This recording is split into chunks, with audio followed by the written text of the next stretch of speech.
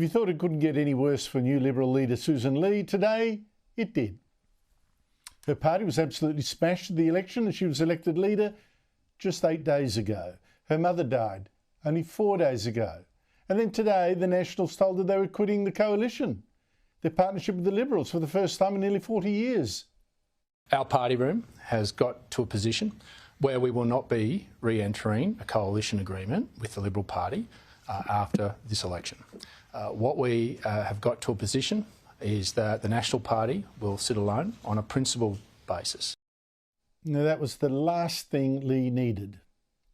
I am disappointed. I do want the coalition to come together. The Nationals have put key demands to Ley and warned her to back them or wear out. Those positions that we couldn't get comfort around a nuclear being part of an energy grid into the future, about the Regional Australia Future Fund, a $20 billion fund paying a $1 billion dividend every year above and beyond to change the lives of regional Australians. It's around divestiture powers for supermarkets. And now Ley, still grieving for her mother, is being blamed by the Nationals for not immediately saying yes to those things. Nuclear power, a $20 billion fund, plus better telecommunications for rural areas and the power to break up supermarket chains. A reasonable request was put to a trusted partner and it was refused. Policies that we had fought for, that only a few weeks ago we fought an election on. Policies that in the main, rural and regional Australia backed. She was put in a position to us that those things no longer stood. But Ley couldn't agree to those demands on her own and that fast without breaking the promise she'd made on day one to listen and consult every one of her members before the Liberals made any calls on policy. The Nationals came with specific policies that they were determined to adhere to at this point in time. They're entitled to do that, and I respect their own party room processes. I simply asked that they respect ours, which are that we aren't going to land on those 4 policies, or any for that matter, right here, right now, in the form that they were presented to us. We have to work through them carefully and take the time to get them right. Now, there was one other demand Littleproud didn't mention today that Ley correctly said no to, that the Nationals' shadow cabinet ministers in a coalition be granted the right to a free vote to oppose their Liberal colleagues on some issues, including net zero emissions. That couldn't fly. You come out as a united front and you present a united agenda to the Australian people. And it's important that when we do that, people know that we're acting as a team in their interests. Now, all that said, and bad as it is and bad as you're told it is, I still wouldn't panic just yet if I were a Liberal. The Nationals could actually be saving the Liberals because they do have a point. After all, the Liberals also campaigned during the election for nuclear power as a must-have. Are they really now saying, oh no, maybe we didn't mean it?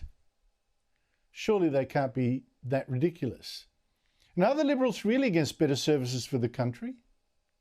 In fact, Ley reportedly told Littleproud, give me time and I reckon my party will agree to all those demands. But that would have meant that the Nationals agreeing to form a coalition in the meantime, so Ley could appoint a shadow ministry that still included them, with nothing resolved. Still, it shows the disarray of the Liberals that it has all come to this. It shows the lack of confidence some Liberals now have in some of their policies that at the start of this year, remember, had them ahead in the polls. But if it isn't patched up soon, of course, it's going to be extremely damaging for the Liberals. We saw that the last time they split in 1987, when Queensland Premier Joh Bjelke-Petersen, a National, ran his disastrous Joh for PM campaign, helping Bob Hawke's Labor government actually get re-elected with a record majority.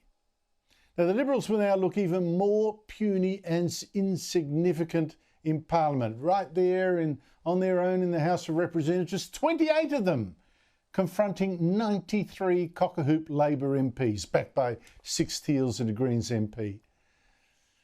But more than that, unless the Liberals and Nationals unite again quite soon, before the next election, you imagine the confusion. Voters will rightly ask, if they vote Liberal, will they actually then get some Nationals' policies instead after the election, because the Liberals absolutely certainly will not win government without asking the Nationals to join them. At what price? No wonder Labor was gloating today. The coalition now is nothing more than a smoking ruin. They are hopelessly divided on personalities and on policy. It shows that the new leadership has failed its first test. It shows that they've learned absolutely nothing from the last few weeks or indeed the last few years. This is a nuclear meltdown.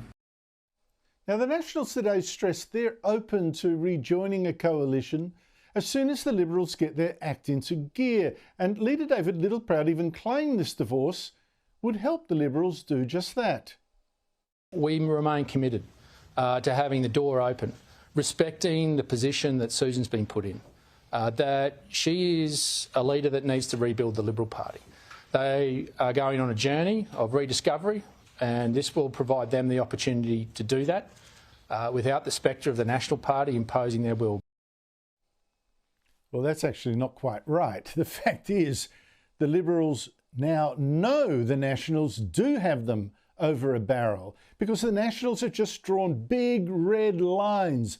The Liberals must stick with nuclear power or the Nationals would never join them again. And in this, the Nationals have probably done the Liberals a favour. The wobblers on the Liberal left have now got a good, hard reality check. Nuclear is something they cannot run from. They cannot go Labor light on energy. For one, there will be no coalition if they do. The Nationals aren't asking for the world, are they? You note, they didn't also demand the Liberals scrap the net zero target, did they? Many Nationals want that destructive and impossible target dumped. But they know many Liberals could not agree. They reckon they'd be destroyed at the next election.